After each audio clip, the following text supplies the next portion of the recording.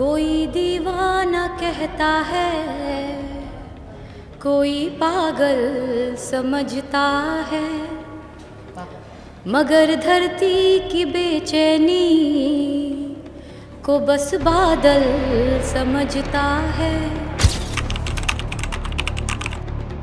जंतर मंतर तक मामला पहुंचा, सदन में मामला, संसद में मामला उठा, उसको लेकर क्या कहेंगे? डेमोक्रेसी है, सबको हक है अपनी बात कहने का, हमें भी हक है अपनी बात कहने का। इल्ज़ाम लगाने से ये तय नहीं हो जाता कि मैं गलत हूँ। फादर के तौर पर बृजभूषण शरण सिंह कैसे हैं?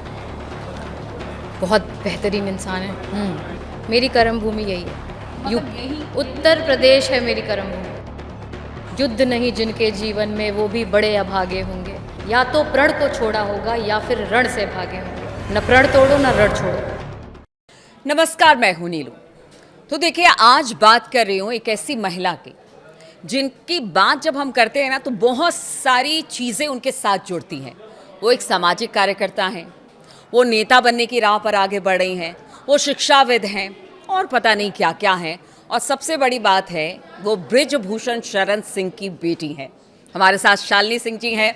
बहुत बहुत स्वागत है शालिनी सिंह जी। धन्यवाद नीलू जी। लेकिन शुरुआत में एक देख रही थी, आपने जब पहली बार एक कविता पढ़ी थी स्टेज पे, तो आपने कुछ इंट्रोड्यूस किया था। आपने कहा था, एक पहलवान की बेटी हूँ, 2 बाहुबलियों की बहन हूँ। जी।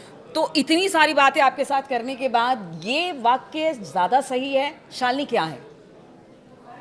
एक सशक्त पढ़ी लिखी महिला जो अपने 8 हाथों को पहचान चुकी है, अष्टभुजा है, अपनी योग्यता, अपनी काबिलियत, एजुकेशन और प्रॉब्ली मदरहुड, इन सब की वजह से एक सशक्त महिला। तो इतना सारा काम कैसे कर लेती? मतलब समाज सेवा भी, एक बाहुबली परिवार से आती हूँ, उस पर सवाल करूँगी। वो भी एक शिक्षाविद भी हैं, कविता लिखती हैं, गाना गाती हैं। कैसे कैसे मैनेज करती हैं ये सारी चीज़ें? हम पे शायद नज़र पड़ गई लोगों की, वरना हर महिला इतना ही काम कर रही है। आप नीलू जी नहीं काम कर रही हैं, आप घर संभाल रही हैं, अपना परिवार संभाल रही हैं, इतना बोल्डली प्रेजेंट कर रही हैं। I think every woman deserves a class. Actually जो ग्लास सीलिंग है ना, जैसे कोई पुरुष अगर अच्छा खाना बनाए तो उसको बहुत हुनरमंद माना जाता है, वैसे कोई महिला अगर थोड़ा सा अच्छा काम कर दे तो उसको बहुत हुनरमंद माना जाता है। पर मैं एक आम महिला ही हूँ, एक हर महिला उतनी ही अष्टभुजा है जितना हम हैं। ठीक है, लेकिन एक प्रतिष्ठित परिवार से आती हैं, जाने माने परिवार से आप आती हैं। बृजभूषण शरण सिंह को कौन नहीं जानता है? इसका कहीं ना कहीं लगता है कि परिवार का भी लाभ मिलता है। ठीक है, आपने जो कुछ किया वो आपका अचीवमेंट था, लेकिन परिवार भी कहीं ना कहीं आपको आगे बढ़ाने का काम करता है। वो नाम बहुत मायने रखता है। I don't want to shy away from this question because ये शायद मेरे पुराने जन्म के कर्म थे जो मुझे ये परिवार मिला। तो वाई शुड आई से कि I am not proud of it. अब इस जन्म में मैं इसका क्या करूँ, उस पर मेरा नेक्स्ट जन्म निर्धारित होगा। बट ये मेरे अच्छे कर्म थे कि मुझे ये परिवार मिला, और इस परिवार में और ऐसे परिवेश में होने के बाद मुझे ऐसी एजुकेशन मिली कि आज हम आपके सामने बैठ के ये इंटरव्यू कर सकते हैं, ऐसी किताब लिख सकते हैं। बिल्कुल, लेकिन कहीं ना कहीं इसका खामियाजा भी भुगतना पड़ता है क्या? कि जैसे कहते हैं ना कि बाहुबली परिवार, बाहुबली कहते हैं, ऐसा लगता है कि 4 मतलब बंदूक होंगे, पीछे 4 लोग खड़े होंगे और इस तरह का एक ऑरा बनता है। लेकिन उस परिवार से आप एक बेटी के तौर पर आती हैं, पढ़ी लिखी हैं, समाज को समझती हैं, लोगों को समझती हैं, कभी उसका ड्रॉबैक भी मिला क्या? देखिए, जहाँ तक गन कल्चर की बात करूँ तो अभी पापा का भी एक स्टेटमेंट था कि अब गन कल्चर को लोग ठुकरा चुके हैं। आपका बाहुबल आपकी योग्यता है, आपके पीछे कितने लोग खड़े हैं, आपकी एक आवाज़ पे कितने लोग खड़े हो सकते हैं, आपकी योग्यता आपका बाहुबल है ना। गन हमें समझ में आती है स्पोर्ट्स गन। लेकिन कई बार कहते हैं कि डर भी होता है। बाहुबली लिहाज मतलब लिहाज होता है, लिहाज होता है, डर कुछ नहीं होता।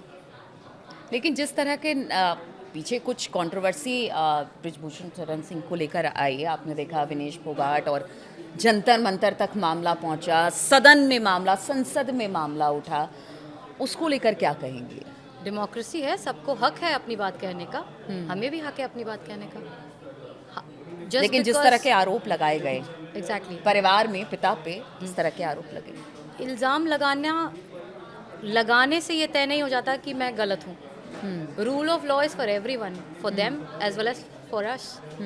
Let the court decide what was wrong, what was right. Everyone got a good platform to express themselves. Media trial भी हुआ और अब कोर्ट को अपना काम करने दीजिए. लेकिन कहते हैं कि रसूख का बड़ा उन्होंने फायदा उठाया, ऐसा विनेश फोगाट का कहना था. तो ये तो दूसरे साइड पे भी है. रसूख का उन्होंने बहुत फ़ायदा उठाया. प्रधानमंत्री जी का फ़ोन ना उठाना, ये मुझे तो लगता है रसूख वाली बात ही है. मतलब वहाँ से भी फायदा उठाया गया. I think it was both ways. आप अपना पक्ष तो रखोगे ना. अगर हम अपना पक्ष सही से रख पा रहे हैं तो हम अपने रसूख का फ़ायदा उठा रहे हैं, और अगर हम दब जाते तो फिर हम नॉर्मल इंसान थे. आप किसी लड़ाई में अगर आप फंसती हैं नीलू जी, आप भी तो मारेंगी ना. आप जब आपकी पीठ सट जाएगी तो आप वार करेंगी ना. तो I think everybody should fight their battles. चलिए ठीक है, वो छोड़ा विनेश और उन पे क्या क्या मामला है कोर्ट में है, चूंकि इस पर इसलिए ज़्यादा नहीं बोला जाएगा ये पूरे मामले पे. देखिए, आप एक राजनीतिक परिवार से आती हैं जी. ठीक है, और अब आप भी धीरे धीरे राजनीति की तरफ आगे बढ़ रही हैं. बात होगी आपकी पढ़ाई लिखाई, बाकी चीज़ें भी हम आपसे जानेंगे, लेकिन चूंकि आप राजनीति की तरफ आगे बढ़ रही हैं, सुना है कि यहीं कहीं आसपास से ही आप खड़े होने को लेकर कुछ चर्चाएं, उसके बारे में ज़रा बताइए, कहाँ से खड़ी हो रही है? नीलू जी घुमा फिरा के बोल रही हैं. इनका यहीं कहीं ऑफिस नोएडा में है और हम नोएडा में सक्रिय आज से नहीं 14 साल से हैं. वो एक कविता के थ्रू वायरल हुए तो पत्रकारों की नज़र पड़ गई, पर वो यहीं कहीं नोएडा है. और नोएडा मेरी कर्म भूमि है, पर हम काम दादरी में भी कर रहे हैं, हम जेवर में भी कर रहे हैं, हम गाजियाबाद में भी स्कूल्स कॉलेजेस हैं मेरे वहाँ. तो यानी मन पहले से बना लिया था आपने? मन ही तो नहीं बनाया अभी, हम तो काम कर रहे हैं. हमेशा एक काम करने वाले का अल्टीरियर मोटिव ही क्यों ढूंढते हैं लोग? हो सकता है कि हम ये सिखाने आए कि काम कैसे करते हैं बिना अपेक्षा के. मन नहीं बनाया, लेकिन जिस जगह को चुना है वहाँ पर पहले से एक कद्दावर नेता है, उनको हटा पा नहीं. उनका बहुत सम्मान है, बहुत ही सम्मानीय व्यक्ति हैं. और हम किसी को हटाने या कुछ मांगने नहीं आए. काबिलियत होगी तो समय अपने आप दे देगा, और ये सब चीज़ें तो पार्टी निर्धारित करती है. चुनाव बहुत दूर है, अभी चुनाव की चर्चा करना आई थिंक सही समय नहीं है, उचित नहीं है समय अभी. ज़्यादा दूर नहीं है, साल भर और है. साल भर पहले तंबू तान देते हैं क्या शादी का? बिल्कुल तानते हैं. अगर लगता है कि वहाँ कुछ करने की ज़रूरत है, बुकिंग कर सकते हैं. अच्छा देखिए, कई बार ऐसा होता है लव मैरिज और अरेंज मैरिज, है ना. आप भी दोनों में टाइम देना पड़ता है, दोनों में, लव में भी टाइम देना पड़ता है, अरेंज में भी बड़ा टाइम देना पड़ता है. तो उसी तरह से हम चुनाव काम कर रहे हैं. अब ये काम किस मतलब फलीभूत, इसको चुनाव में फलीभूत होना है या सिर्फ मेरे पीछे कुछ और लोग जाग जाएं और कई महिलाएं हैं जो जुड़ रही हैं, ऐसे संस्थान हैं जो जुड़ रहे हैं जो अच्छा काम करना चाहते हैं. मेरे लिए वही बहुत है. मेरे लिए इतना ही बहुत है कि हम अच्छा काम कर पा रहे हैं. अच्छा, अगर मानिए कि इस बार नहीं या इस जगह से नहीं, कहीं और से, तो उसको क्योंकि देखिए, आपको बता दें अपने दर्शकों को कि ये बिहार की बहू भी हैं और मैं भी बिहार से ही हूँ. और देखिए, यूपी की बेटी हैं, बिहार की बहू हैं, और कहीं ना कहीं राजनीतिक परिवार से बिहार से भी आती हैं. मतलब यहाँ भी राजनीतिक कनेक्शन है यूपी से, और बिहार से भी राजनीतिक कनेक्शन है. तो कहीं ऐसा तो नहीं कि अगर यहाँ नहीं तो वहाँ बिहार? हम ये बेपेंदी के लोटे वाला गेम खेलते ही नहीं है. हाँ. बिहार में 29 में हमारे हस्बैंड चुनाव लड़ेंगे. अच्छा. और हम जाएंगे उनके चुनाव प्रचार में, शायद स्टार प्रचारक बन के. अच्छा. But as a wife. अच्छा. मेरी कर्म भूमि यही है. मतलब यही उत्तर प्रदेश है मेरी कर्म भूमि. यहीं से करना है, यही काम करना है और काम करना सिखाना है. तो ऐसा बताइए कि नोएडा, चलिए ठीक है, नोएडा की बात हो रही है, आपने बहुत साल यहाँ दिया है, लेकिन अपने पापा के कॉन्स्टिट्यूंसी के आसपास कहीं पे कुछ देख रही हैं, या वहाँ पास की, या इधर ही? जब आप जस्टिस वहाँ कर सकते हो जहाँ आप रहते हो, जहाँ की आप मूलभूत समस्याओं को समझ सकते हो, और जहाँ लोग आपको एक्सेस कर सकते हैं. तो यहाँ पे क्या समस्याएं लगती हैं, और क्या लगता है कि यहाँ के जो स्थानीय सांसद हैं या विधायक है वो काम नहीं कर पाए हैं, जो लगता है कि बहुत ज़्यादा उस समस्या को उठाने की ज़रूरत है? काम नहीं कर पाए हैं, पर हाँ, यहाँ थोड़ा प्राधिकरण पे और निगरानी की ज़रूरत है. सुप्रीम कोर्ट की एक था, उसमें लिखा था कि दुनिया का, देश का सबसे भ्रष्ट प्राधिकरण है. तो ये किसके देखरेख में इतना भ्रष्ट हो गया? तो प्रतिनिधियों से बस इतना निवेदन है कि आपको जिस लिए बैठाया गया है वो कम से कम एक निगरानी रखिए। अब जैसे हम अभी आप इस इंटरव्यू में आए इसलिए क्योंकि हम एक जनता फ्लैट्स यहाँ पे सेक्टर 122 में है, बहुत ही जर्जर हालत में है। 2010 में निर्माण हुआ है, आवंटन अभी 3 साल पहले हुआ है और गिर गया है। बहुत सारे जो आवंटन भी नहीं हुए वो भी जर्जर होके गिर चुके हैं। मतलब आपका मुद्दा भ्रष्टाचार को लेकर है, बिल्कुल नोएडा है। में व्याप्त भ्रष्टाचार बिल्कुल है। उसको लेकर है आपका एक वो बड़ा इतनी मुद्दा। खराब स्थिति में बने हुए हैं कि हाथ से झाड़ने पे मैंने एक वीडियो भी बनाई थी जो काफ़ी लोगों तक पहुंची, फिर मैंने कई जगह ज्ञापन दिए, आवेदन दिए, गरज लिए, बरस लिए, पर कुछ हुआ नहीं। इसलिए हम आपके पास आए हैं कि आप एज अ मीडिया इस मुद्दे को उठाइए। अब हम ये नहीं कह रहे कि वहाँ, अभी तक तो हमने ये कहा था कि आप जाके वहाँ पे ये उसका रिकॉन्क्रेटाइजेशन करा के पिलर्स स्ट्रॉन्ग कराइए, बट अब हम जानना चाहते हैं कि किसने खाया और इतना क्यों खा लिया कि वो 4 साल 5 साल में गिर रहा है। एक बिल्डिंग 40 साल 60 साल के लिए बनती है। तो भ्रष्टाचार का हद इतना है कि वो अभी रहने वाले वहाँ सरिया लगा के उन्होंने अपनी बालकनीज रोक रखी हैं। एक छोटा सा भूकंप का झटके में वो गिर जाएगा, बहुत बड़ा हादसा हो जाएगा। बिल्कुल, मतलब इन सब चीजों पे आप खास तौर पर काम कर बिल्कुल, रही हैं। बिल्कुल। इन सब और कुछ ऐसे मुद्दे लगता है जो नोएडा में है जिसको रजिस्ट्री का आपको मुद्दा यहाँ बहुत बड़ा है। जैसे बहुत सारे बिल्डर्स का कुछ बकाया है जिसकी वजह से रजिस्ट्रियाँ नहीं हो रही। हाँ, ये तो मुद्दा अच्छा है क्योंकि बहुत सारे लोग हैं जो सालों से रह रहे हैं जी। और अच्छे अच्छे बिल्डर्स के फ्लैट्स में रह रहे हैं लेकिन उनकी रजिस्ट्रियाँ नहीं हुई हैं। और फ्री होल्ड भी तो नहीं हुई है प्रॉपर्टी से भी। यहाँ पे बिल्कुल। आसपास के इलाकों की सारी प्रॉपर्टीज फ्री तो होल्ड उस पर भी आप काम कर रही हैं। बिल्कुल। हम चाहते हैं कि कोई एक नीति लाके इस इन प्रॉपर्टीज को आप फ्री होल्ड करना शुरू करिए। 20 साल से ऊपर के आवंटन हो चुके हैं, तो हम अपने घर के मालिकाना हक नहीं रखते। बिल्कुल। चलिए एक किताब भी आपको दिखाती हूँ, बेबाक हूँ बेअदब नहीं। ये देखिए, ये किताब इन्होंने ही लिखी है, शेर व शायरी है शायद मेरे ख्याल से, और कविताएं भी। और बेबाक हूँ बेअदब नहीं। बृजभूषण शरण सिंह की बेटी अगर इस तरह की बात कर रही हैं तो कहीं ना कहीं परिवार का एक सपोर्ट कह लीजिए, स्ट्रेंथ कह लीजिए, या उस परिवार से आती हैं इसलिए कहती हैं बेबाक हूँ बेअदब नहीं। क्या ऐसा ही यही सोच के है क्या? ये आई थिंक उर्दू ज़ुबान बहुत खूबसूरत ज़ुबान है और ये एक सशक्त महिला का शब्द है। बेबाक हूँ, जैसे आप मुझसे कोई भी सवाल करिए, मुझे उसका जवाब मर्यादित देना है क्योंकि सवाल भूल जाएगा आपका इतिहास, मेरा जवाब याद रखेगा क्योंकि मैं जिस परिवार से हूँ या मेरी जो एजुकेशन बैकग्राउंड है। तो एक किसी ने कहा था कि बहुत दिन तक आप बेअदब नहीं रह पाएंगी क्योंकि बेबाकी के साथ आ जाता है। हम हर संभव कोशिश करेंगे कि हम बेअदब ना रहें, मर्यादित रहें। अच्छा, ऐसा होता है शालिनी जी कि जिस परिवार से आप आती हैं, कहते हैं ना कि आप शुरू से जहाँ पर अपब्रिंगिंग आपकी होती है जी, वो कहीं ना कहीं आपको मजबूत और सबल बनाता है। बिल्कुल। उस जगह पर, उस एनवायरनमेंट में, उस परिस्थितियों में आप बिल्कुल एकदम रच बस जाती हैं, तो वहीं ना कहीं वहीं से कहीं कॉन्फिडेंस एक तरह से कहते हैं बिल्ट होता है। तो वही सारी चीज़ें हैं जो आपकी पर्सनालिटी में झलकती हैं। रेजिलियंस आपको तब आता है जब आप अपनी लड़ाइयाँ लड़ते हो, जब आपके पेरेंट्स आपको हर चीज़ में बेबी प्रूफ कर रहे हैं, आप हर कोने पे हाथ रख दे रहे हैं, हर जगह आपको बचा ले रहे हैं, हर सिचुएशन से निकाल रहे हैं, तो आप रेजिलियंट नहीं बनते। रेजिलियंट आप तब बनोगे जब आप अपनी लड़ाइयाँ लड़ोगे। युद्ध नहीं जिनके जीवन में वो भी बड़े अभागे होंगे, या तो प्रण को छोड़ा होगा या फिर रण से भागे होंगे। ये अर्जुन सिसोदिया जी की कविता है। और न प्रण तोड़ो न रण छोड़ो। अच्छा, फादर के तौर पर बृजभूषण शरण सिंह कैसे हैं? बहुत बेहतरीन इंसान है। इतना बिजी रहने के बावजूद हमें जो शिक्षा दीक्षा मिली, हमें जो संस्कार मिले, वो पापा से आए हैं। और क्योंकि आप स्पोर्ट्स में भी हैं, उसके बारे में भी कुछ बताइए ज़रा। और अच्छा, फिर उससे अलग हटके अब ये सारे काम हमें हमेशा आज़ादी थी कि आप देश के किसी भी कोने में जाके खेलो। I was athlete, I was a long racer. 1500 metre भागते थे हम। और हमेशा पापा की इजाज़त से हम देश के अलग अलग कोने में जाके खेलते थे। तो वैसे सुरक्षा के तौर पे कोई रहता था साथ में, बट खेलने के अवसर बहुत मिले, पढ़ने लिखने के अवसर बहुत मिले। एक गांव की एजुकेशन आपकी कहाँ से हुई? एक गांव की लड़की को लेडी श्रीराम कॉलेज भेज दिया तब जब घर में एक मृत्यु हुई थी। मतलब अभी 13 दिन ख़त्म नहीं हुए थे, पर हमें हमारी पढ़ाई के लिए भेज दिया गया। इससे ज़्यादा हम क्या मांग सकते थे अपने पिताजी से?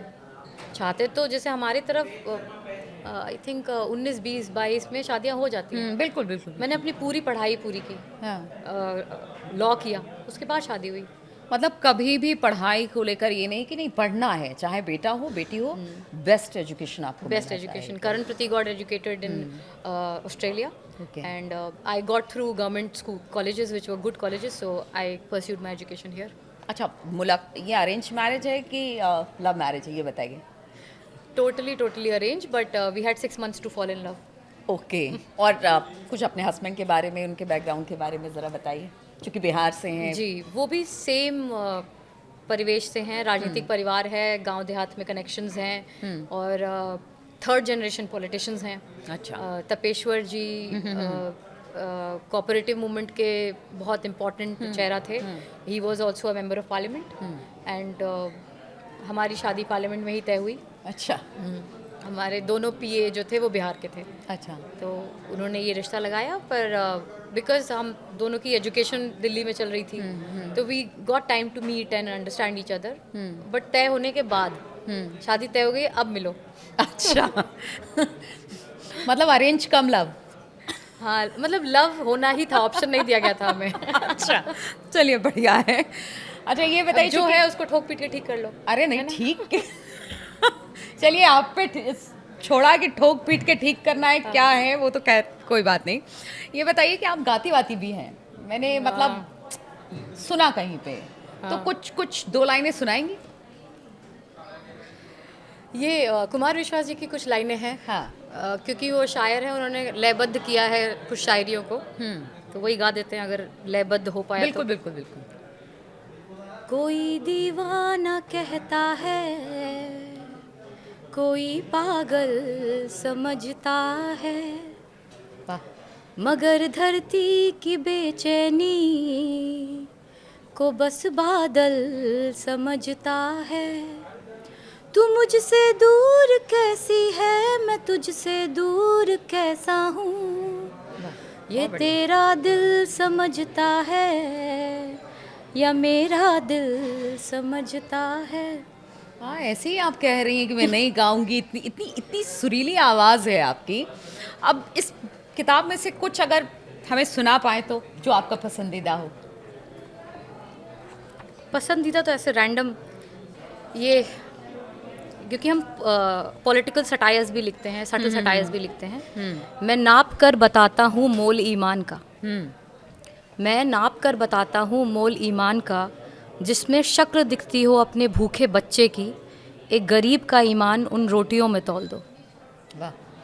मतलब you who will determine what is right for me and what is wrong for me, anyone will kill for the family. So ईमान वहीं तक है जहाँ तक आपका पेट भरा है। बहुत बढ़िया, बहुत अच्छा। अच्छा ये बताइए, चूंकि एक राजनीतिक परिवार से आती है तो शुरू से मन था कि हाँ राजनीति में तो जाना है, ऐसा कुछ नहीं था?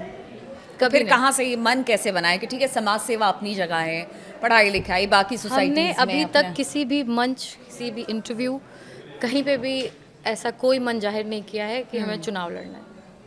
हम छात्र चुनाव लड़ चुके हैं, हम अपना मेटल प्रूफ कर चुके हैं। नहीं, आगे की मंशा है कि नहीं ये बताइए ना, क्योंकि देखिए फिर मैं आपके साथ बैठूंगी तो मैं सिर्फ शालिनी के साथ बैठूंगी, एक समाज सेवी, एक शिक्षाविद, लोगों के लिए काम करने वाली, या फिर एक नेता के साथ मैं फिर बैठ सकती हूँ? अच्छा, अब हम आपसे एक सवाल पूछते हैं, नेतृत्व करना क्या एक पद पे पहुंचना होता है?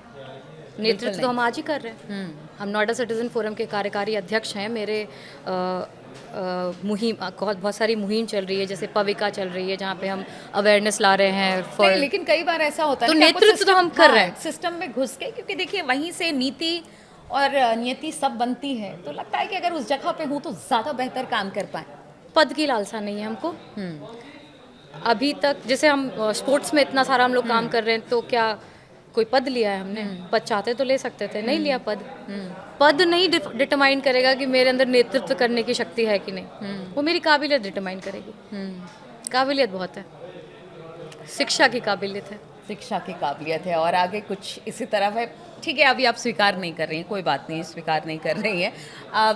आगे और क्या सोचा? अच्छा ठीक है, अगर इसमें आती हैं, आप चुनाव लड़ती हैं, पॉलिटिक्स, इसके अलावा और क्या सोचा है, क्या करने की सोची है आपने आगे? और मैंने क्या है आपके एक फ्यूचर सपना प्लान्स? देखा है खेल क्रांति का। अच्छा। बिकॉज स्कूलों के बाहर नशा ना फ्री में बट रहा है क्योंकि बच्चों को एडिक्ट बनाते हैं और we have to take our kids towards sports. और ये देश अगर खेल क्रांति का सपना देखेगा ना तो हम बहुत सारी समस्याएं सॉल्व कर सकते हैं। स्क्रीन एडिक्शन ख़त्म कर सकते हैं, हम सब्सटेंस अब्यूज़ ख़त्म कर सकते हैं, एक दिशा दे सकते हैं अपने देश के बच्चों की। हम क्यों 10 या 8 या 9 मेडल्स में सिमट के रह जा रहे हैं? और गवर्नमेंट इतना स्पेंड भी कर रही है, इतना रिसोर्स स्पेंड कर रही है, बट हमें एकदम बुनियादी तौर पे खेलों पे काम करने की ज़रूरत है। अच्छा, एक वीडियो में खैर ये में रैंडम आया मेरे मन में, मैं कल एक वीडियो देख रही थी जी। नेशनल गेम्स का ही था, जिसमें कि आपने देखा होगा कि ऊंची कूद लंबी छलांग के लिए एक लड़के ने पोल ठीक है, और जब वो घर जा रहे थे तो उनको एक ई रिक्शा लेना पड़ा। जी जी जी। तो इस खेल को क्रिकेट के अलावा बाकी खेल की स्थिति को लेकर आप क्या सोच रही हैं? देखिए, खिलाड़ी का घर भरा होना चाहिए। खिलाड़ी बनना एक it should be something that provides you bread butter, इज्जत सम्मान। बिल्कुल। आप झोंक देते हो अपने शरीर को, अपने हर तरह की मंशा को एक उस लेवल का खिलाड़ी बनने के लिए। तो कई बार ऐसा होता है कि जो रिसोर्सेज हैं वो वहाँ तक नहीं पहुँच रही हैं जहाँ तक पहुँचनी चाहिए। तो ये लूप पूरा करना ज़रूरी है। ज़्यादातर लोग आगे आएँ, पहले तो सम्मान दीजिए खिलाड़ियों को। बिल्कुल। जैसे हमारे सोल्जर्स देश के लिए खड़े हैं, वैसे हमारे खिलाड़ी भी देश के लिए खेल रहे हैं। आप उन्हें सम्मान दीजिए, उसके बाद उन्हें संसाधन दीजिए अपना खेल बेहतर करने के लिए, और उनके घर में हर मूलभूत सुविधाएं पहुंचनी चाहिए। तो आपको लगता है कहीं ना कहीं कमी रह गई, और कमी क्या है? उस सिस्टम को ठीक करने की ज़रूरत है। बिल्कुल ज़रूरत है। देखिए, परफेक्ट कुछ भी नहीं होता है, everything is work in progress. हम आज परफेक्ट मान लेंगे तो हम काम करना बंद कर देंगे। अगर आप अपने आप को परफेक्ट मान लेंगे तो अपने ऊपर काम करना बंद कर देंगे। सही कह रही हैं।